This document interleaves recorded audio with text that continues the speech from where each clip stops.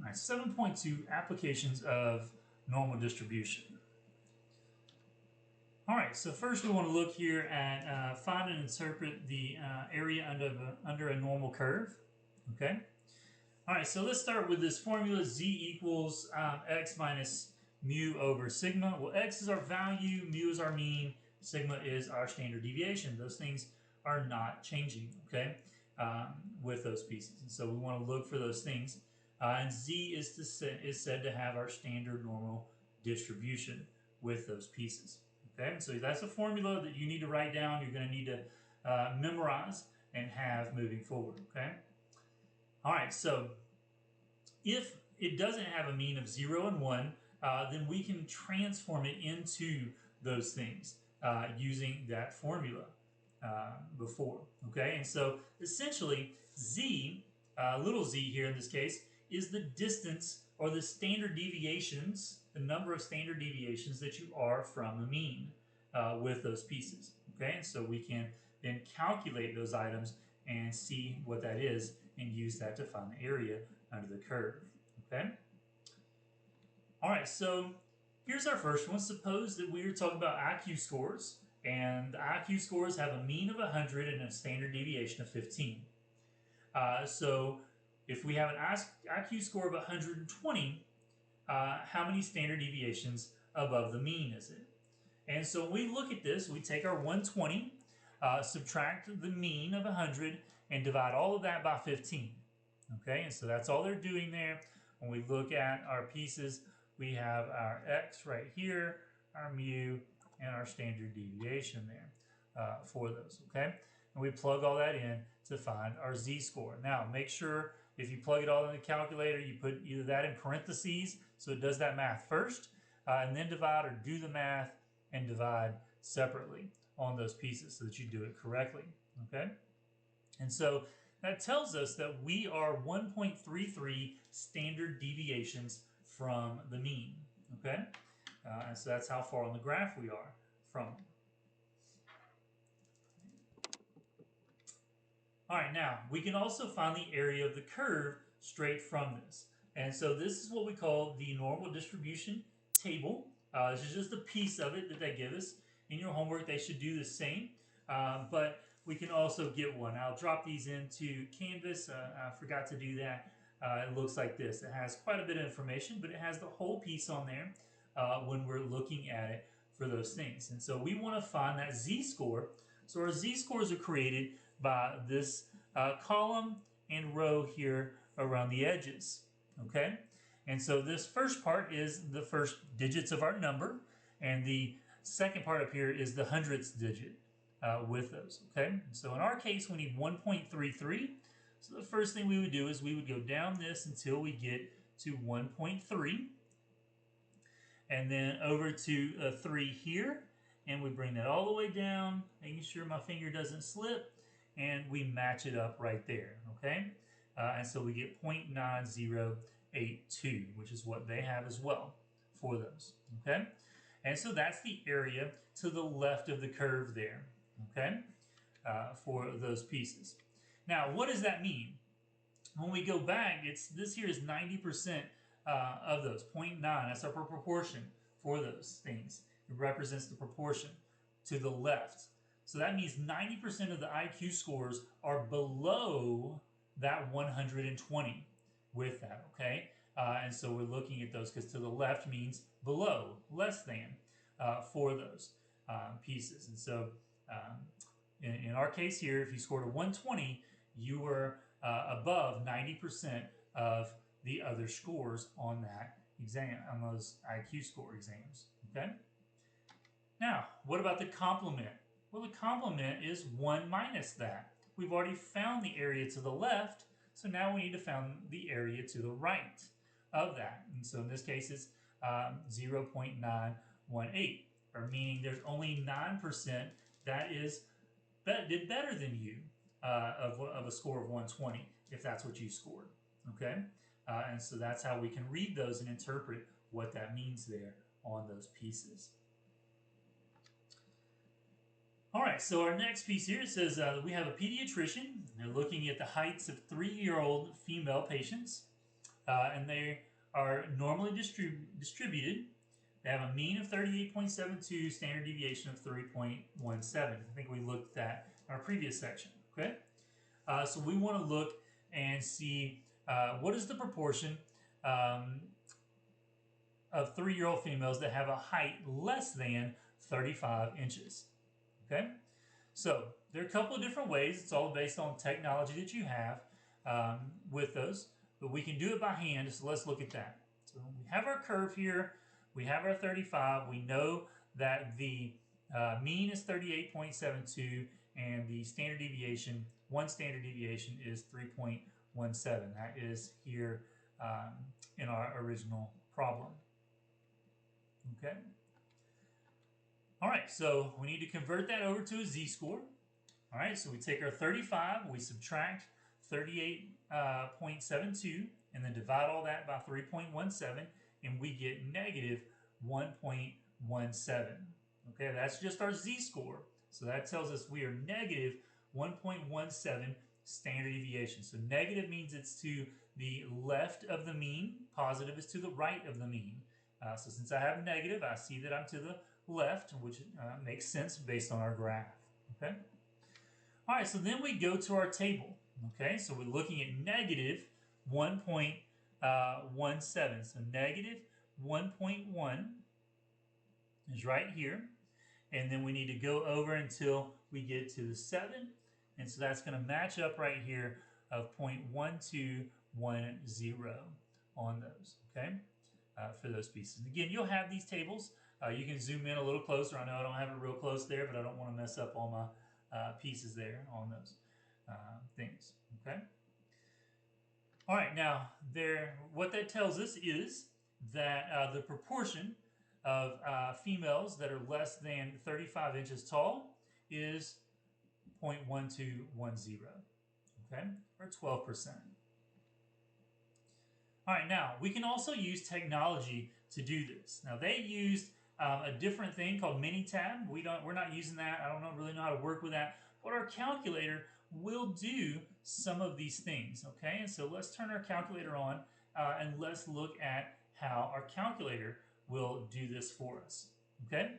All right. So to do that, we're going to hit our second button, and we're going to go to our vars. So second vars gives us our distribution. So second vars for distribution. And then we're going to do our second one here, normal CDF. So number 2 there, normal CDF. We're going to press enter. Now, if it goes forever, if it says to the left, then we're going to leave that lower alone. That's called negative 1 to the 99th power. That's as small as it'll go, or as big as negative. That's almost like saying infinity in calculator terms, because the calculator can't actually do infinity, but this is as close as it can get, okay? Because our graph goes forever, right? So to the left is forever. Now our upper is our x value, 35. In this case, our standard deviation, mu, is 38.72. And then our standard deviation is 3.17. Okay? Now, if you have an 83 or an older 84 where it doesn't give you this list to type it in, that's okay. You're going to use those exact same numbers. And here when I hit paste, you're going to type those numbers in. Now, to type in an E, you're going to see this double E right here. That's second, and then you do that double E there for that. And that's how you get this little E up there. Okay? Now, if you have questions about that, make sure that you get with me so that if you're struggling with those, or get with an SI or somebody so that you know how to do those pieces and can do that, all right? But all the rest of that you type in exactly the same way for the way it looks there with those commas, and then we press enter. Now you'll notice that that number is a little different than what was on the table, and that's because of the calculator calculations and the table calculations with those. And that's okay. The computer adjusts for those things, but we did get the same answer here that is given to us on the screen right now that we can see. Okay, and that's okay.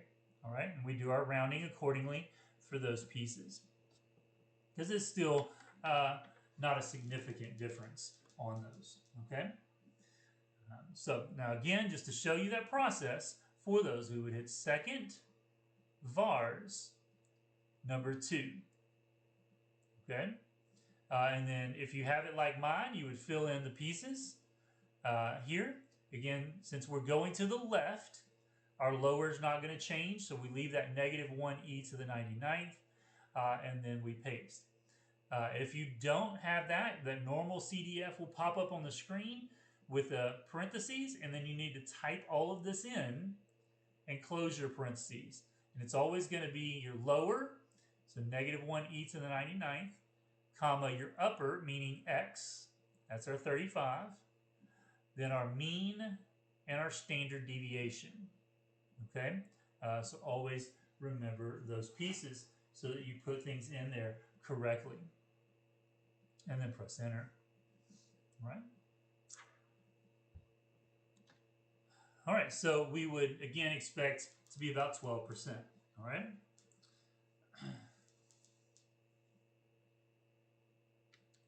All right. Now, because this area represents a proportion, we can also find percentile ranks of scores and all of those things with those, okay? Just by doing a little multiplication there. And so we would just change that over. We saw that's 12. We would say that's the 12th percentile on those being less than. And so we can do our complement 1 minus, so 88% would be greater than. All right? Now, what if we wanted to find in between two values? So say in that same pediatrician, we want to know what is the probability of being between 35 and 40, or what proportion is between 35 and 40 inches tall inclusive, okay? So to do that by hand, we would go and find those two individual pieces, okay? So we change 35 and 40 over to z-scores. So 35 is a negative 1.17, we've already done that. And then the 40 is 0.40. Just happens to turn out as 0.40. In this case, not because it's 40. It's the math does that for those pieces, okay? So we would go to our table. Now again, here, we've already done the negative 1.17 here, and we went over and found it. And then the 40.4, we would go down here. Now, since there's not any numbers after the 0.4, that means 0. So that's where they get the 0.6554 from on this, okay? So that's what we're going to use right there for those. And then we subtract them, bigger one minus a smaller one, because it's an area, it does have to be positive, and so that's where they get the 0.5344. Okay, so the probability of being between 35 and 40 inches tall is 0.5344. Okay. Now, again, we can do this in the calculator. And so just kind of using that same thing that we did a moment ago, if we do second vars and use number 2 here. Now this time we're going to change things. We're not going forever low. We're stopping at 35. So our lower is 35 and our upper is 40. We want to go from 35 to 40 with this. If it says to the left, that's when you go to that negative 1e99.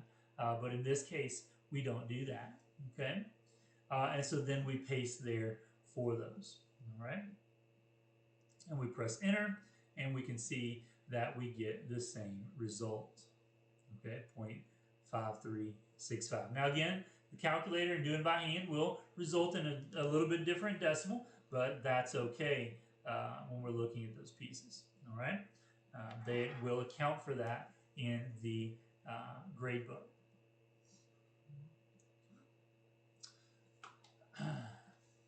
All right, and so we would have that same information. All right.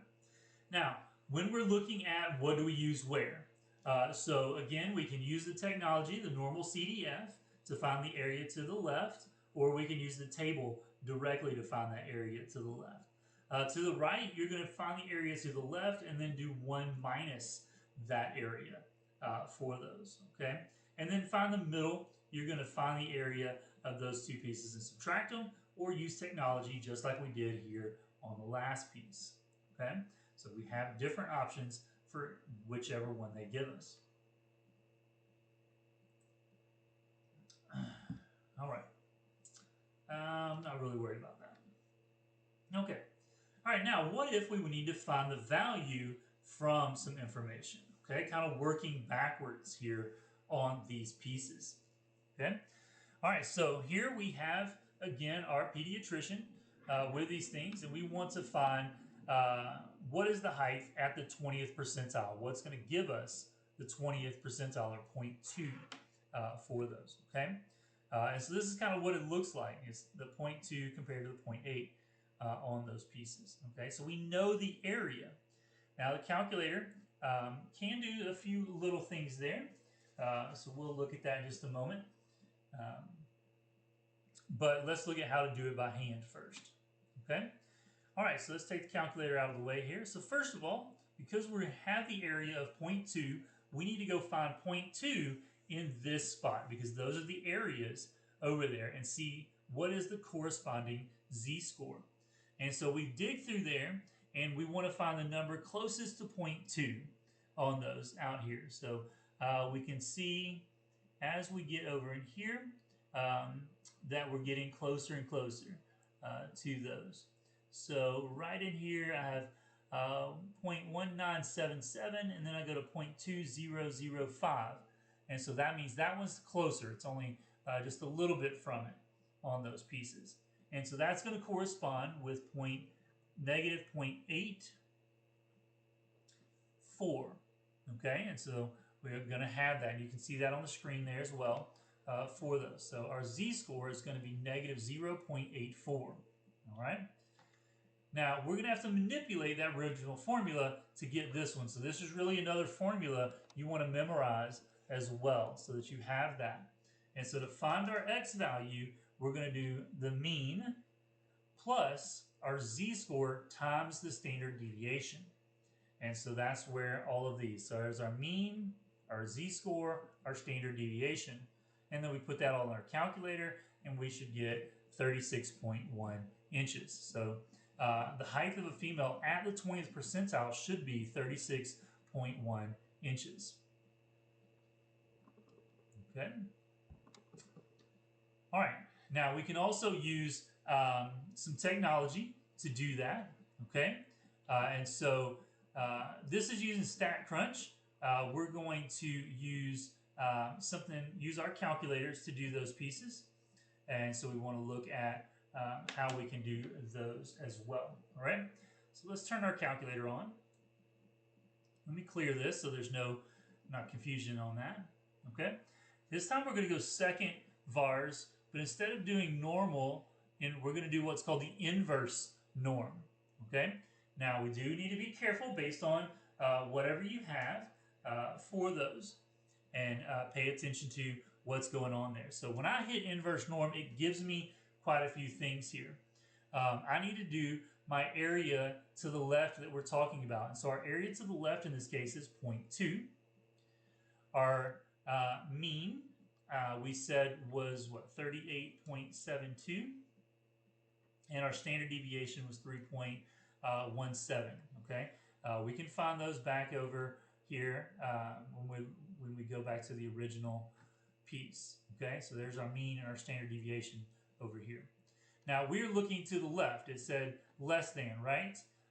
For those, because we're always dealing with that. Now in my case, mine says left. If you have an older one, you're not going to have to worry about that piece. You don't need that in there for those pieces. Now, again, if you have the 83 or 84 that doesn't give you that list, you're going to type those things in. So you're going to type in your area to the left, meaning the 0.2. Then you type in your mean, and then your standard deviation. You don't need that word left. You can put your parentheses right there, and that's going to be okay. All right? And then we press enter, and we get 36.05, which rounds up to 36.1. So we can see that it gets us the same thing. Okay? All right, so let's look at another problem here. And we're going to be doing some of that as well from those. Okay? All right, so here we have the exam scores talking about SAT. scores, and it has a mean of 516, standard deviation of 116. What scores separate the middle 90% from the top and bottom? Okay. All right, so that means we need to find the 5th percentile and the 95th percentile on those.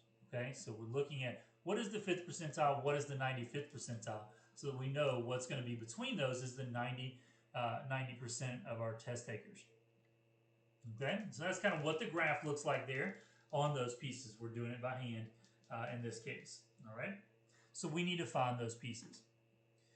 All right, so when we go and start looking for the 5%, okay, because we got to change that over.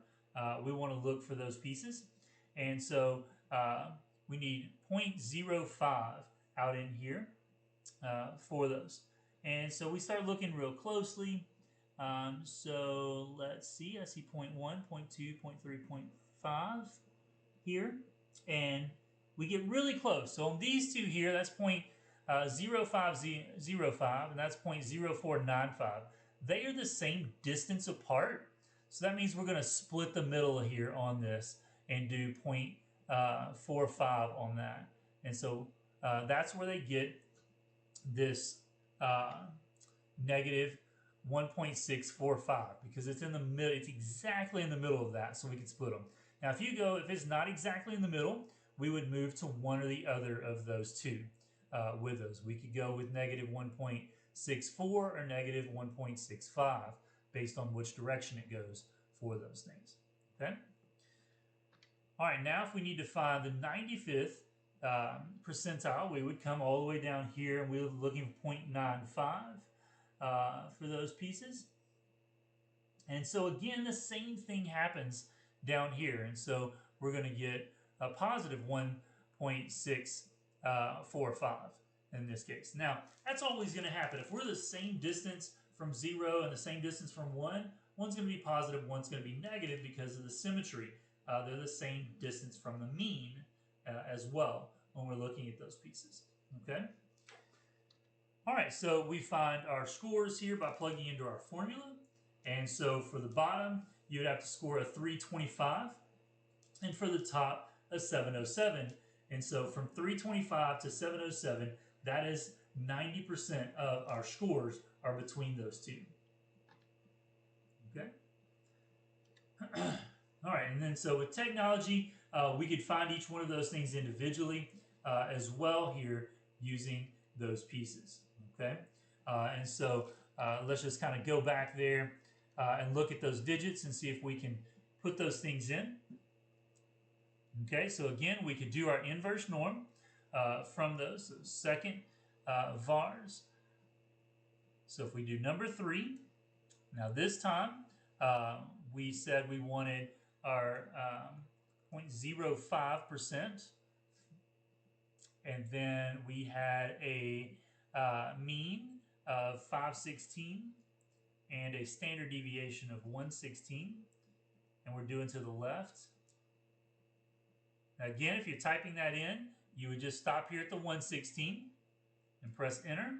So 325, that rounds accordingly. And so then we do it again. So second vars, number 3, and this time we do 0.95. And then the good thing is you don't have to change anything. So we round up there. That's where they get the 707, is by rounding that 8. Makes that 6 round up to 7. Okay. All right. Now, what about this thing called Z sub alpha with those? All right, so this is the z-score such that the area under the normal curve is to the right, or to the right of z sub alpha is alpha. Okay, so there's a lot going on there. So let's look at what that really means here. So find the value of z sub 0.10. Okay? All right, so what that really means is that the area to the right of z, of our z value, is 0.10 there. Okay? So when we look at the graph, we'll kind of come back to this here. That tells us because the z alpha, z sub alpha there is 0.10, that this blue area is also 0.10. Now, our table and calculator only do to the right, to the left with those. And so we've got to take that into account. What is all of this over here for those? And so to find the area to the left, we've got to do 1 minus 0.10. Okay? And so that's going to be important to us, the 0.90 here for those. Okay? And so we want to look at that momentarily. Now, we can, again, use things by hand and work through that. So that's what all of those pieces are here. So we could go and find the closest thing to 0.90 on our chart here. And so when we get to it, we see right over here that actually this one is the closest. And so that is 1.28. And so that's what they have there. We can also use the calculator here. And so if we do our second vars, do our inverse, because we're trying to find the score for those. Now this time our area is 0.9 with these. Now, because this is generic, our mean is 0 and our standard deviation is 1 with those. Okay, so if they don't give us those things, when we're finding z sub alpha, that's going to be 0 and 1, and then we do left. And we're always going to do left because it's going to stay with the 83s, the older models, because that's all they can do on those, okay? And then we would round accordingly here for this, okay? Now again, if you're doing it with the 83, you're just going to leave off that left. You're going to close your parentheses there at the end of this one, okay, after the 1 with that. And so that it looks like what you see on the screen over there, okay? All right.